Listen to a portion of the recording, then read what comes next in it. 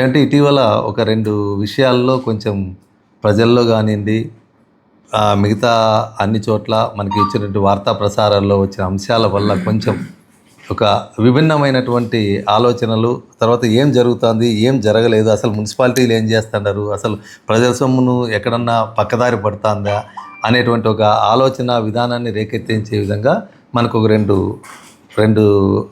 మీటింగుల ద్వారా రావడం జరిగింది బయటికి. సో వాటిని క్రోడీకరించి మనం చెప్తే మన బీజేపీకి సంబంధించినటువంటి సార్ ప్రదీప్ రెడ్డి గారు వారి నాయకత్వంలో గత 15-20 రోజుల కిందట ఒకసారి రావడం జరిగింది. అందరూ వచ్చేసి వారు మాట్లాడడం ఏంటంటే, సార్ ఇట్లా మీకు ఏదైతే వెజిటబుల్ మార్కెట్లో ఉందో అక్కడ ఉన్నటువంటి 2 వీలర్ స్టాండ్కి మీరు ఎవరికైతే పర్మిషన్ ఇచ్చారో వాళ్ళు మున్సిపల్ కమిషనర్కి 6,000 రూపాయలు రోజు కడతాండం, మేము రోజు ఇచ్చేస్తున్నాం మేము డబ్బులు, కాబట్టి మేము ఎంతైనా వసూలు చేసుకోవచ్చు అనేటువంటి విధానంలో వాళ్ళు ప్రవర్తిస్తున్నారు. తర్వాత వాళ్ళు కొంచెం పద్ధతిగా కూడా సరిగా లేదు వాళ్ళది. తర్వాత దాన్ని కొంచెం స్ట్రీమ్లైన్ చేయండి సార్ అని వచ్చారు ఇక్కడికి. సార్ నేను కూడా వారు చెప్పంగానే నేను కూడా కొద్దిగా ఆశ్చర్యానికి లోనైనా, మున్సిపల్ కమిషనర్కి 6,000 ఇవ్వడం ఏంటి అని నేను కూడా అనుకున్నాను. సరే వెంటనే నాకు గుర్తొచ్చింది, 6,000 రూపాయలు వాళ్ళు మా చలానా కట్టి మన ఖజానాకు, మన జనరల్ ఫండ్ ఖజానాకు ప్రతిరోజు చెల్లిస్తుంటారు 6,000 రూపాయలు అనేది. గతంలో నేను ఒకసారి వెళ్ళినప్పుడు అక్కడ ఆ చర్చకి రావడం జరిగింది.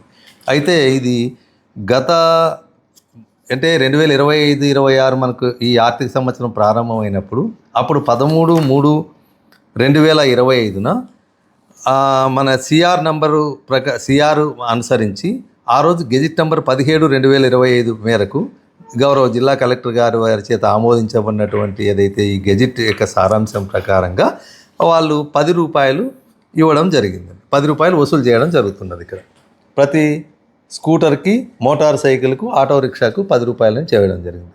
అయితే ఇక్కడ ఒక చిన్న అంశం అక్కడ ఉన్నటువంటిది ఏంటంటే, వారు చెప్పిన అభ్యంతరం ఏం చెప్పారంటే, మీకు ఎక్కడైనా స్కూటర్ కానివ్వండి, ఆటో కానీ వచ్చినప్పుడు మీ స్టాండ్లో నిలిపి బయటికి పోయినప్పుడు తీసుకొని వెళ్ళినప్పుడు మాత్రమే 10 రూపాయలు వసూలు చేయాలి, కానీ మేము ఎవరైనా బండి వేసుకొని పోయి ఇలా బయటకు వెళ్ళి ఎగ్జిట్లో వెళ్ళేటప్పుడు మమ్మల్ని నిలిపి దీనికోసమే వచ్చినారు కదా అని 10 రూపాయలు వసూలు చేస్తున్నారు సార్, ఇది తప్పు కదా అని చెప్పేసి అన్నారు.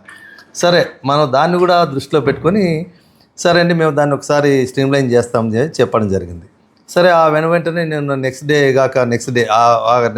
డే కొద్దిగా పని భారం ఉండడం మూలంగా ఆ తర్వాత 3వ రోజు నేను మళ్ళీ ఎంఈ గారిని, ఏసీపీ గారిని పిలవడం జరిగింది. ఏసీపీ గారు ఏమైనారంటే, ఇంతలోనే కొన్ని దురదృష్టవశాత్తు ఆయన మా దగ్గర నుంచి కొన్ని అనివార్య కార్యాలను బయటకు వెళ్ళిపోవడం జరిగింది. సో ఎంఈ గారిని పిలిచి అడగడం జరిగింది. ఇట్లా వాళ్ళు వచ్చి అడిగారండి, దీనిపైన మనం ఒక మంచిగా ఒక ఎర్మార్క్ చేసేసి అక్కడున్న టీ బంకును కూడా తరలించి పక్కన పెట్టేసి ఒక పెద్దగా వైడ్గా ఉన్నట్టు చేయొచ్చు కదా అని చెప్పేసి నేను అన్నాను. సార్ ఇక్కడ ఒక చిన్న సమస్య ఉంది సార్, లేకపోతే చేయడానికి ఏముంది, ఇప్పుడు చేసి ఉండేవాళ్ళము. ఒక 2 కారణాలతో మనం అది చేయలేకపోతున్నాం. దానిపైన మనం ఎక్కడైతే తాత్కాలిక వెజిటబుల్ మార్కెట్ అని అక్కడ నుంచి ఆ కొత్త మార్కెట్ కట్టడానికి డిస్లొకేట్ చేస్తూ ఇక్కడ తాత్కాలిక వెజిటబుల్ మార్కెట్ ఏర్పాటు చేసినప్పుడు దీన్ని స్కూల్ స్థలంలో ఉందనే ఉద్దేశంతో కొంతమంది అప్పుడున్నటువంటి వాళ్ళు హైకోర్టును ఆశ్రయించడం జరిగింది సార్. హైకోర్టు యొక్క అప్పుడు తాత్కాలికంగా కొన్ని ఆదేశాలు జారీ చేయాల్సి జరిగింది. యథాతథ స్థితి కంటిన్యూ చేయండి, పర్మనెంట్ స్ట్రక్చర్స్ ఏవి అక్కడ కట్టద్దండి అని అనడం మూలంగా దాంట్లో అక్కడ ఉన్నటువంటి టాయిలెట్స్ కానీ పర్మనెంట్గా కట్టలేక, టాయిలెట్స్ కూడా టెంపరీ టాయిలెట్స్ అప్పటికి ఏవైతే షెడ్యూల్ కంప్లీట్ అయినాయో అవి అంతటితో ఆగిపోయినాయి సార్. సో ఈ విధంగా ఉంది కాబట్టి మేము కొంచెం ఇదేమైనా కోర్టుకు లీడ్ తీస్తుందేమో అని చెప్పడం జరిగింది. సో దీంతో నేను మా అడ్వకేట్ను కూడా నేను సంప్రదించడం జరిగింది. బట్ అయితే వాళ్ళు లేఖ రాయమన్నారు. ఆ లేఖ కూడా రాసి పంపిస్తాను నేను. 2-3 రోజుల కిందట కూడా మళ్ళీ వారితో వేరే కేసుల విషయం మాట్లాడినప్పుడు ఇలా ఉందండి, ఒకసారి మన కేసును అక్కడ ఏం జరుగుతుంది, ఒకసారి హైకోర్టులో ఉన్నటువంటి మన కేసును ఒకసారి పరిశీలన చేసి మాకు చెప్తే మేమైనా అఫిడవిట్ ఏమైనా సబ్మిట్ చేయాలన్నా, తర్వాత ఇంకేమైనా కావాలన్నా అనేది కూడా చెప్తానని చెప్పడం జరిగింది. సో అందువలన మనము అక్కడ సపరేట్ మార్కెట్ వారికి ఏదైతే ప్రదీప్ రెడ్డి గారికి చెప్పామో దాన్ని అక్కడ ఏర్పాటు చేయలేకపోయినాం. తర్వాత వాళ్ళు ఏదైతే చూపించారు అక్కడ 10 సంతకం లేకుండా ఇచ్చినారు అని అంటే, తర్వాత వీళ్ళు ఒక కాంట్రాక్టర్కి అప్పుడు ఉన్నటువంటి కమిషనర్ దీదెన్ కమిషనర్ గారే అప్పుడు ఏర్పాటు చేయడం జరిగింది. సో దాన్ని నేను రివైవ్ కూడా చేయలేదండి. సో దాన్ని ఎవరు కూడా పెద్దగా మనకు కంప్లైంట్స్ అంటే ఈ మధ్య ప్రదీప్ రెడ్డి అన్న వాళ్ళు వచ్చి మా దగ్గర కంప్లైంట్ చేసేంత వరకు కూడా ఇలాంటి సంఘటన జరుగుతుందన్న విషయం చెప్పలేదు, అక్కడ ఎవరూ చెప్పలేదు ఇంతవరకు కూడా. అక్కడ ఏమేమి జరుగుతుంది, స్కూటర్లు ఇట్లా చేస్తున్నారని అలా చేస్తున్నారని చెప్పలేదు. సో దీనివల్ల మనం పర్మనెంట్గా దానికి స్ట్రక్చర్ ఏర్పాటు చేయలేకపోవడానికి అదొక రీజన్ కాబట్టి మనం చేయలేకపోయినాం. తర్వాత వాళ్ళని పిలిచి నేను చెప్పడం జరిగింది. వెంటనే ఆర్ఓ గారు ఆ రోజు లేరు నాకు అందుబాటులో, ఆర్ఐ గారిని పిలిచేసి వెంటనే ఇలాంటి కంప్లైంట్స్ రాకోకుండా దయచేసి మీరు అక్కడ ఎవరైతే మీరు అక్కడ వెళ్ళి దాన్ని పర్సూ చేయండి, సిగ్నేచర్ చేసి కంపల్సరీగా ఎవరైతే దాన్ని ఇస్తారో వాళ్ళు సిగ్నేచర్ చేసి ఇచ్చేలాగా చర్యలు తీసుకోండి అని దానిపైన కూడా చెప్పడం జరిగిందండి. ఇంకా రెండో అంశం ఏంటంటే మళ్ళీ మొన్న ఒక యూట్యూబ్లో మళ్ళీ ఒక వీడియో ఒకటి రావడం జరిగింది. ఆ రోజు ఏం మాట్లాడినారంటే సారు ఇది చేపల మార్కెట్ గురించి మాట్లాడండి, చేపలు ఇది కిరాణా దీని గురించి మాట్లాడారు. ఇది కూడా ఈ గెజిట్ అనుసరించే ఉందండి, ఈ గెజిట్లోనే ఉంది 50 రూపాయలు అనేది. 17/2025లో ఉన్నటువంటి గెజిట్ 13/3/2025 ఏదైతే గవర్నమెంట్ డిక్లేర్ చేసి ఇచ్చినటువంటి gazette according to municipal council resolution తీర్మానం మేరకే అందులోనే ఇవ్వడం జరిగింది. అయితే అక్కడ 350 రూపాయల స్లిప్ ఎందుకు కనపడుతుంది సార్ అని మీకు డౌట్ రావచ్చు. అంటే ప్రతిరోజు వెళ్ళి మార్కెట్ దగ్గర తీసుకోకుండా వారానికి ఒక రోజు, నేను కూడా క్వశ్చన్ వేశాను 350 ఎందుకు వస్తుంది అని ఆర్ఐని అడిగాను. సార్ ప్రతిరోజు వెళ్ళి చేయలేక దాంతో వారానికి ఒక్కసారిగా తీసుకొని చేస్తున్నాం సార్, 7/5లో 35 రూపాయల ప్రకారం 350 తీసుకుంటున్నాము, దీంట్లో ఇంతవరకు అదే జరుగుతుంది సార్. సో దానికి కూడా మనకు చూపించారండి వీళ్ళు మార్కెట్లో అప్పుడు ఎంత 6,75,000 రూపాయలకు దానికి సంబంధించిన అంతకుముందు జరిగినటువంటి విషయాన్ని కూడా చూపించడం జరిగింది. దీంట్లో ఎక్కడైనా ఒకటో రెండో ఎవరైనా మనకు తెలియకోకుండా కానీ వాళ్ళ షాపులు ఎక్కడైనా ఎక్కువ పెట్టుకోనో లేకపోతే ఇంకా ఇతరత్రా కానీ ఏదైనా విషయాలు ఉండి అక్కడ ఏదైనా సాంకేతికంగా అక్కడ ఉన్నటువంటి స్థానిక పరిస్థితుల ఆధారంగా ఏదైనా ఉత్పన్నమైనటువంటి సమస్యలను మా దృష్టికి సామరస్యంగా తీసుకొని రాస్తే మేము తప్పకుండా దాన్ని ఎవరికి ఫేవర్ అన్ఫేవర్ అనేది ఉండదండి. ఎందుకంటే మున్సిపల్ రెవెన్యూని ఎప్పుడు పోగొట్టం, మున్సిపల్ రెవెన్యూ ఖచ్చితంగా రెవెన్యూని రాబట్టుకోవడానికి మేము ప్రయత్నం చేస్తాం. మీకు అందరికీ తెలుసు, ఏదైతే మనము మొన్న ఎగ్జిబిషన్ చేసాం, ఎగ్జిబిషన్లో కూడా నా పైన అనేక వచ్చాయి వార్తలు రాశారు. కానీ గతంలో కంటే ఇంకా ఎక్కువగా వచ్చింది. ఇక్కడ 1,91,44,000 రూపాయలకు పాట పాడారు. అందులో మా ప్రమేయం ఏం లేదండి, అది అక్కడ సిచ్యుయేషన్ ఆధారంగా ఎవరికి వాళ్ళు పోటీదారులుగా పాడినారు. ఇందులో కొత్తగా మనం చేసింది కానీ ఇదేం లేదండి.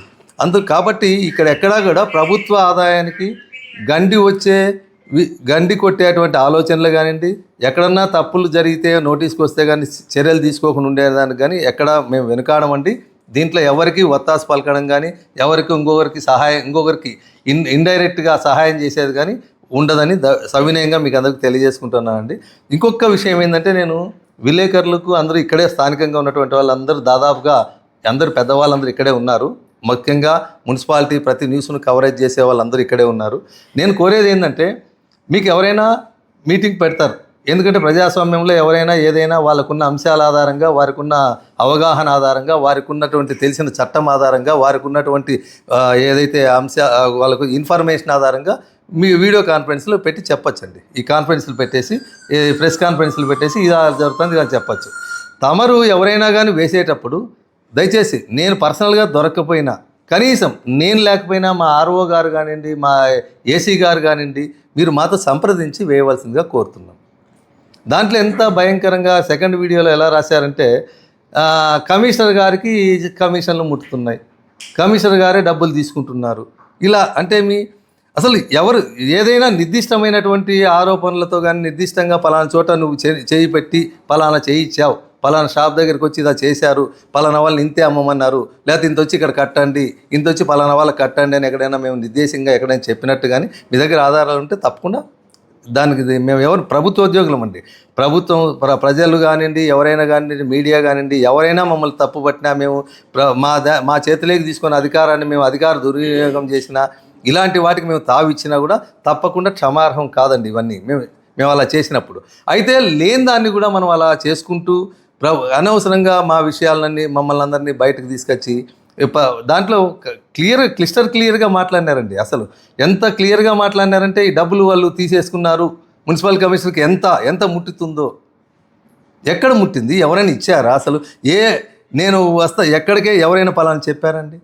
దాన్ని చెప్పేటప్పుడు దయచేసి మీరు ఎక్కడైనా అటువంటిది వచ్చినప్పుడు వివరణ తీసుకోండి మాతో. మేము ఇచ్చిన వివరణకు సహేతుకం కాదు, మా దగ్గర ఆధారాలు ఉన్నాయని మీరు చూపిస్తే దాన్ని ఎవరు ఆపలేమండి. మీ వివాహాది శుభకార్యములకు, పుట్టిన రోజులకు, మీటింగులకు అత్యాధునిక సదుపాయాలతో ప్రొద్దుటూరు వాసవి సర్కిల్ వద్ద నుంచి అతి సమీపాన మీకు అందుబాటు ధరలలో happy banquet AC function hall మీకు స్వాగతం పలుకుతుంది. మా ఫంక్షన్ హాల్ నందు వంట సామాగ్రి మరియు విశాలమైన కార్ పార్కింగ్, అతి తక్కువ మెయింటెనెన్స్ ఖర్చుతో ఏ ఫంక్షన్ అయినా మా happy banquet AC function hall నందు జరుపుకొని ఆనందాన్ని పొందండి. బుకింగ్ కొరకు సంప్రదించండి. మా సెల్ నంబర్ 9100600238 7799 000211.